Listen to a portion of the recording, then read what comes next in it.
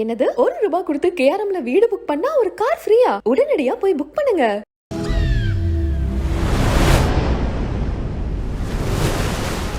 பைலட்டா அப்ப நீங்க நிறைய சம்பாதிப்பீங்க, ரொம்ப ஜாலியா லைஃப் என்ஜாய் பண்ணுவீங்க அப்படின்னு நம்மள நிறைய பேர் சொல்லுவோம். ஆனா பைலட்டா இருக்கிறது எவ்வளவு கஷ்டம் தெரியுமா அப்படின்றத பைலட் கிட்ட போய் கேட்டு பாருங்க.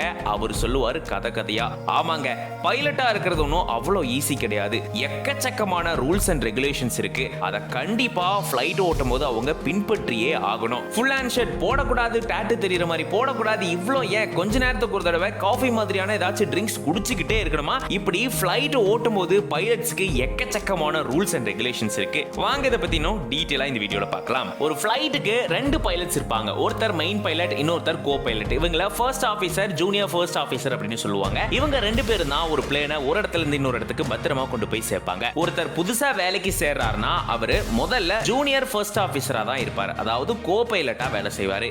அப்படி ஒரு கோ பைலட்டா வேலை செய்யும் போது இவருக்கு எவ்வளவு தெரியுமா சம்பளம் தருவாங்களா?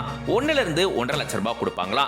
அதுக்கப்புறம் குறிப்பிட்ட டிஸ்டன்ஸ் இவர் பைலட்டா, அதாவது கோ பைலட்டா வேலை செஞ்சதுக்கு அப்புறமா இவர் பைலட்டா மாறுவாரு, அதாவது ஃபர்ஸ்ட் ஆபீசரா மாறுவார். அப்படி பைலட்டா இவர் மாறிட்டாரு அப்படின்னா இவருக்கு சம்பளம் பாத்தீங்கன்னா 3 ல இருந்து 7 லட்சம் ரூபாய் வரைக்கும் கொடுப்பாங்களாம். பைலட் ஆகட்டும் கோ பைலட் ஆகட்டும் இவங்க 2 பேருக்குமே சில ரூல்ஸ் அண்ட் ரெகுலேஷன்ஸ் இருக்கு. இவங்க ஃபுல் ஹேண்ட் ஷர்ட் போடக்கூடாது, தாடி வைக்க கூடாது, அது மட்டும் இல்லாம டாட்டூ தெரியற மாதிரி போடக்கூடாதான். ஒரு பைலட் ரெஸ்ட் ரூம் போறாருன்னா அப்ப என்ன பண்ணணும்னா அந்த போகக்கூடிய பைலட் ஏர் ஹோஸ்டஸ் கூட்டிட்டு வந்து காக்பிட் ஏரியால உட்கார வச்சுட்டு போகணும். அதாவது இந்த பிளேன் ஓட்டுறாங்களே அந்த ஃப்ரண்ட் ஃபேஸ், அதுதான் அந்த காக்பிட் அப்படின்னு சொல்லுவாங்க. அங்க ஏர் ஹோஸ்டஸ் உட்கார வச்சுட்டு தான் அவர் ரெஸ்ட் ரூம் போகணும். எதுக்காக அப்படின்னு பாத்தீங்கன்னா அங்க இருக்கக்கூடிய அந்த ஒரு பைலட்டுக்கு திடீர்னு ஏதாச்சும் ஆயிடுச்சு இல்ல தூங்கிட்டாரு அப்படின்னா அப்போ உள்ள இருந்து இந்த டோரை திறந்து வர்றதுக்கு அங்க ஏர் ஹோஸ்டஸ் இருக்கணுமா.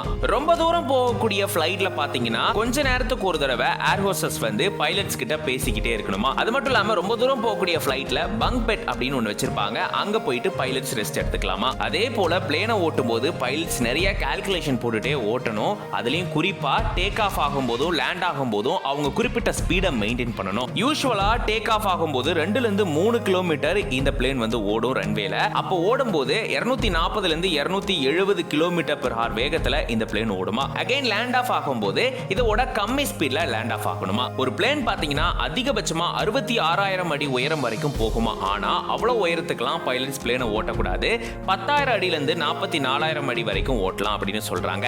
இப்படி எக்கச்சக்கமான ரூல்ஸ் அண்ட் ரெகுலேஷன்ஸை பைலட்ஸ் கண்டிப்பா ஃபாலோ பண்ணணும் அப்படின்றது தான் இவங்களுக்கு இங்க இருக்கக்கூடிய கஷ்டமான ஒண்ணு.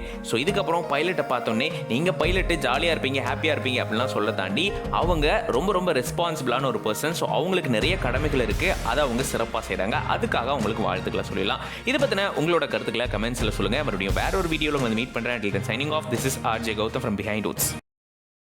என்னது ₹1 கொடுத்து கேஆர்எம்ல வீடு புக் பண்ணா ஒரு கார் ஃப்ரீயா? உடனடியா போய் புக் பண்ணுங்க.